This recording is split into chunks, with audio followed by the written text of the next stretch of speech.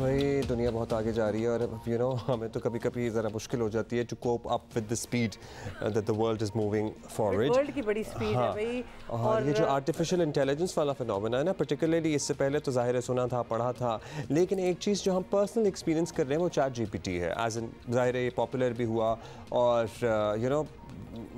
One of my cousins had started a business और उसको तस्वीरें लगाने के लिए कैप्शंस की ज़रूरत थी, तो उसने बस कीवर्ड्स डाले और चैट जीपीटी ने उसकी सारी कैप्शंस वगैरह सब क्रिएट करके दे दिया। भी एक नुआंसेस हैं कि कितने आप स्पेसिफिक हैं, बहुत सी चीज़ें उसमें भी। बाय द वे हम समझते हैं कि 2 लफ्ज़ डाले चीज़ निकल आई, लेकिन जितने आपकी क्लैरिटी होगी दिमाग में वो आर्टिफिशियल इंटेलिजेंस जो है वो उतना ही आपको मदद करेगी।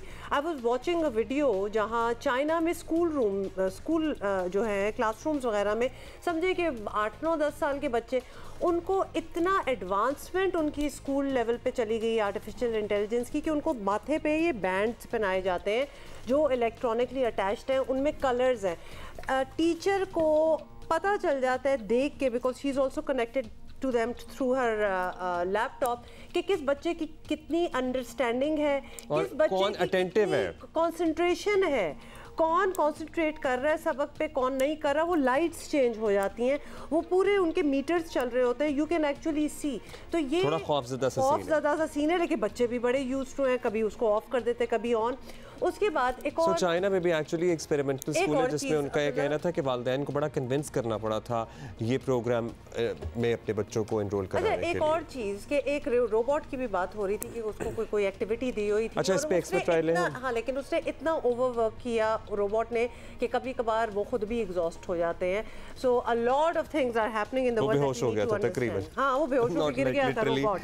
अच्छा, assistant professor NUST doctor Adeel Yusuf हमारे साथ मौजूद हैं। डॉक्टर साहब शुक्रिया आपने वक्त दिया। डॉक्टर साहब बताइएगा कि ये जो मसनूई ज़हानत या आर्टिफिशियल इंटेलिजेंस है, पूरी दुनिया इस पर बात कर रही है, कोई हैरतज़दा है तो कोई खौफज़दा है, इसके कि उनके ज़राए आमदन ये ना खा जाए। अब चैट जीपीटी की सूरत में तूफ़ान पपा हो चुका है कि भाई आगे बनेगा क्या। एक रिपोर्ट के मुताबिक तो आर्टिफिशियल इंटेलिजेंस सिर्फ अमेरिका और यूरोप में 3 करोड़ नौकरियां तक ख़त्म कर सकती है। 300 मिलियन। तो बताइएगा बिलउमूम पूरी दुनिया और बतौर पाकिस्तानी बिलखुसूस हमारे लिए इससे क्या हमें अखज़ करना है, कंक्लूड करना है कि हमारे लिए किस तरह बचना है, बेसिकली यही पूछ रहे हो। जी, आर्टिफिशियल इंटेलिजेंस से लोग बहुत ज्यादा डरे हुए हैं, स्पेशली पाकिस्तान में। आपने अभी यूरोप के मुझे नंबर्स बताए, लेकिन यूरोप और अमेरिका में तो artificial intelligence is on the rise. तो ये आधी बात है कि ये इतनी नौकरियां खा जाएगा।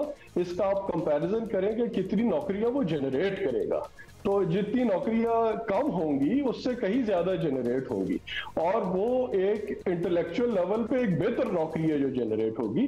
तो जरूरत है सब्र की है कि हम रियलाइज करें कि आर्टिफिशियल इंटेलिजेंस इंसानों को बता रहा है कि जो बेसिक काम कंप्यूटर पे छोड़ दो और बेहतर काम खुद करो, उसके लिए अपने आप को ट्रेन करो।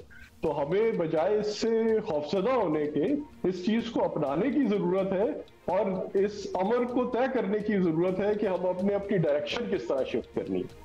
बिल्कुल, आपने बड़ी पॉजिटिव बात की है और डेफिनेटली इसको समझने की भी ज़रूरत है, बिकॉज अभी तो बड़ी इनिशियल स्टेजेस पे लोगों को समझ आना स्टार्ट हुई है। जो कर रहे हैं वो तो कर ही रहे हैं। अब आर्टिफिशियल इंटेलिजेंस ऑब्वियसली कई नए मौके भी पैदा करेगा, और इतने एवेन्यूज़ हैं जो कि अभी तक हमने एक्सप्लोर भी नहीं किए, अभी तक वो डिस्कवर भी नहीं किए। तो और वैसे भी अगर देखा जाए आफ्टर कोविड जो वर्कर्स हैं, एम्प्लॉयज़ जो होते हैं, जो डिफरेंट कंपनीज़ में होते हैं, उनकी परफॉर्मेंस को जांचने का मयार भी बदल गया है। तो अगर नुकसानात होंगे तो ऑब्वियसली एआई के फ़ायदे भी बहुत से होंगे। क्या कहेंगे इसके बारे में आप डॉक्टर? जी, फायदे पाकिस्तान जैसे मुल्क के लिए तो बहुत ज्यादा फायदे हैं, क्योंकि यहाँ पे तो artificial intelligence is an unexplored area. यहाँ पे तो ना हमारी गवर्नमेंट और ना प्राइवेट सेक्टर ने इसको अपनाया है।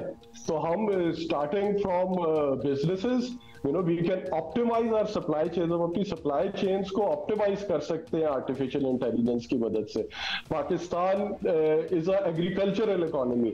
हम अपनी एग्रीकल्चर पे जितना क्रॉप की यील्ड बढ़ा सकते हैं अपने एक्सपेंस को रिड्यूस करने के साथ, तो we can earn more profit from our agricultural structure using AI algorithms. for precision agriculturing. And thirdly, there is tons of data available of international trade. International trade एक ऐसी चीज है जिसका सारा डेटा पिछले दहाइयों का ऑनलाइन पड़ा हुआ है, तो वो that can be used to understand the patterns of different countries doing their imports and exports, and now we have a set of strengths. Pakistani economy has a set of strengths, so the AI can help match those strengths with the requirements of other countries. अच्छा, अब ये बता दीजिएगा generative artificial intelligence के बारे में भी हमें एक्सप्लेन करते हैं, क्या इज़ दिस द सेम, और हिफाजती प्रोटोकॉल्स क्या हो सकते हैं इसके? जी, ये बहुत अच्छा सवाल है आपका, क्योंकि जहाँ हर चीज़ के जहाँ अच्छे पहलू होते हैं उसी तरह उसके नुकसानात भी होते हैं। तो we need to create, waste पे तो इवन नई स्टार्टअप्स इसके ऊपर फॉर्म अप हो रही हैं कि जो आर्टिफिशियल इंटेलिजेंस की अवेयरनेस पैदा करेगी, उसके लिए कानून और उसके कानून को पुश करेगी, उसके डूज एंड डोंट्स मुतय्यन करेगी। तो ये बहुत ज़रूरी है पाकिस्तान के लिए भी कि जहाँ पे एक कल्चर चला हुआ है ये ऑडियो और वीडियो लीक्स का, कि हम मुतय्यन करें, अपने ऐसे इदारे क्रिएट करें कि जो कि AI पुलिसिंग कर सकें।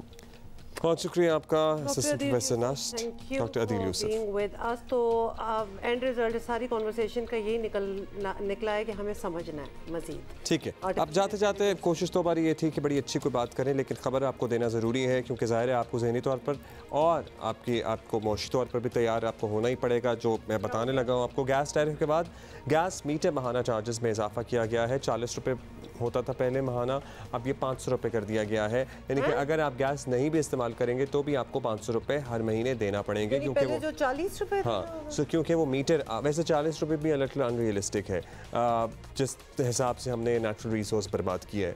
500 रुपये आपको देने पड़ेंगे हर महीने। और ये चार्जेस बाय द वे, ये मुझे नहीं समझ जी, जनवरी 2023 से लागू होंगे, तो मतलब ऑलरेडी हम अप्रैल में बैठे हुए हैं। सो क्या इकट्ठे भेज देंगे पिछले 3 महीने के भी, क्या करेंगे? क्योंकि इस तरह तो बोझ इतना पड़ता है कि लोग नहीं अफोर्ड कर पाते हैं। ये मतलब ये डिसीजन पीछे क्यों जा रही है भाई? जब से वहीं से शुरू कर लेना, या तो पीछे से शुरू कर लेना।